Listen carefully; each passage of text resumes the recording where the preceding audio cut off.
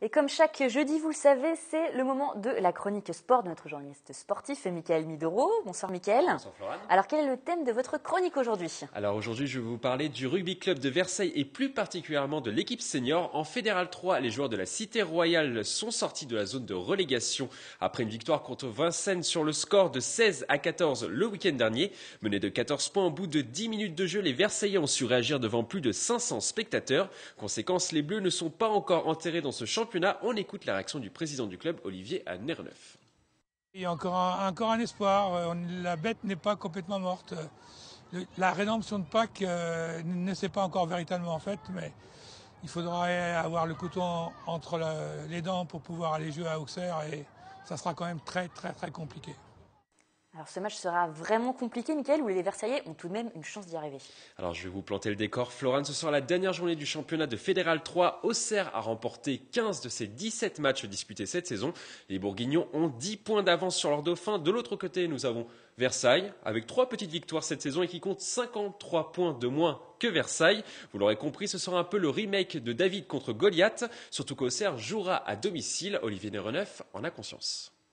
C'est énorme, avec un budget qui est autour de 700-750 000 euros, avec des trentenaires dans la mêlée qui sont géorgiens, roumains, italiens, écossais, et qui sont les rois du groupe pénétrant. Ils ne font que des groupes pénétrants pour obtenir des pénalités, trouver des touches, refaire des groupes pénétrants et aller jusqu'à l'en-but.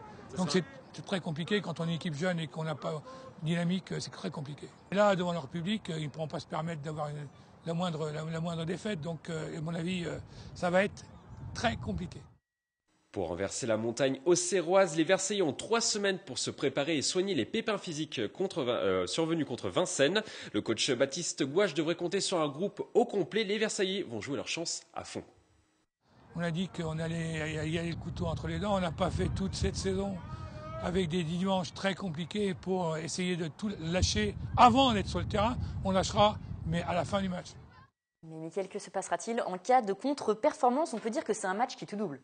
Pas forcément, Florane. Si les Versailles perdent contre Auxerre, ils devront attendre le résultat de Pont-à-Mousson et de Vincennes pour savoir si oui ou non ils descendent en honneur. Versailles suivra donc les scores sur les téléphones ou sur les réseaux sociaux. En cas de descente, Olivier Nereneuve en est persuadé. Ses joueurs, ses protégés remonteront en Fédéral 3 dès la saison prochaine.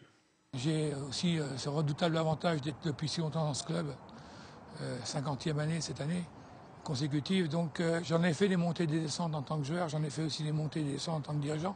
On est remonté en 2008, donc ça ne sera pas si dramatique, même je vais dire si la concurrence est toujours très compliquée en honneur, mais nous on a des jeunes, on a énormément de joueurs et je pense que d'ici 2-3 ans, on aura notre résurrection. Le match est donc programmé le 24 avril prochain sur le terrain d'Auxerre. On leur souhaite évidemment de gagner ce match et de se maintenir, Florane. Eh bien, on va croiser les doigts pour eux le 24 avril et maintenant.